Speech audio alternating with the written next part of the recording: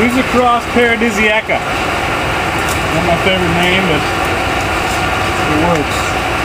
Banana. Also spread by underground rhizomes. Very thick, fleshy petiole. And the interesting thing about this particular petiole is that for most part, the edges of the petiole come together to the point where you can almost not see the fact that it's convex. It's hard to tell that there's actually a place for water to run down the leaf. Okay? Look at the leaf. First of all this browning and everything comes from the salt damage that we get from spraying salt water on this particular plant. But if you look at the leaves, banana, obviously one of those plants that's really unique in the fact that each little segment of the banana leaf or frond will come apart like that, especially in the wind. You see that often happen in high winds. Okay? So that gives it an interesting characteristic. And also the midrib is convex as well. So water will run all the way down this through the petiole to the base of the plant. Again, you've got these culms. So these are wrap leaf bases and petioles. Okay.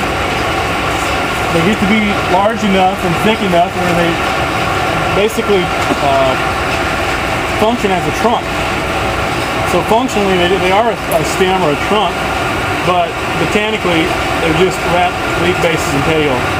One of the most fun things I do every year is when it's time to cut the bananas down, I get my machete out. I always love it.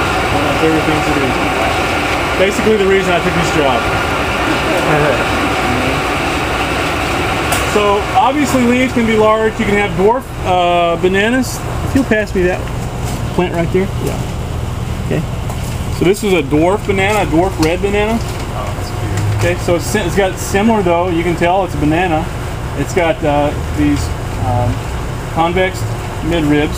Okay. And the petioles would be that way if it had petioles. At this point it does not. But basically it's very similar. It's a little bit more rubbery in texture. But so you can get bananas that have leaves that are maybe a max of 1 foot to 1.5 feet long. These bananas those leaves maybe get to be about 1.5 feet to 2. To banana leaves that are 4 to 5 foot long, to banana leaves that are sometimes 8 foot long. No, it's a clumpy bark. So that's dwarf red banana. Okay, so it'll have a little bit of reddish tinge. No, just the leaves. I'm not sure we've ever seen that one actually make fruit yet. We do have bananas that make fruit here if we have a really nice and long fall. All right, if it doesn't freeze early in the year, it'll make bananas. Basically, a banana, if you've never seen it, it makes this spathe that contains a flower that is basically just a red spike, a dark red spike, and then one little piece of that spike will sort of peel away, and then the reproductive structures will be exposed, and then that spike begins to sort of turn down and eventually faces the ground, and from that point there is a long cluster of bananas that are formed. And one spike or cluster of bananas can contain anywhere from 50 to 200 bananas per spike. And that can weigh a whole lot. And these are tough plants. They're really strong. So it's an interesting sort of dichotomy. You don't think about it because they're wrap leaf bases. There's not actually woody structure, but they hold a whole lot of weight. Really dark, glossy green on the top.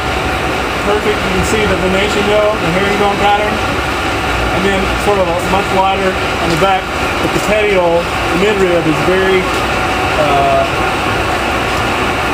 predominant. Okay?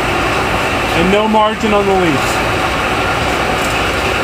If all you see is this out here cut down, you can still tell it's a banana. Despite the fact that this is one of the largest herbaceous culms that we'll see.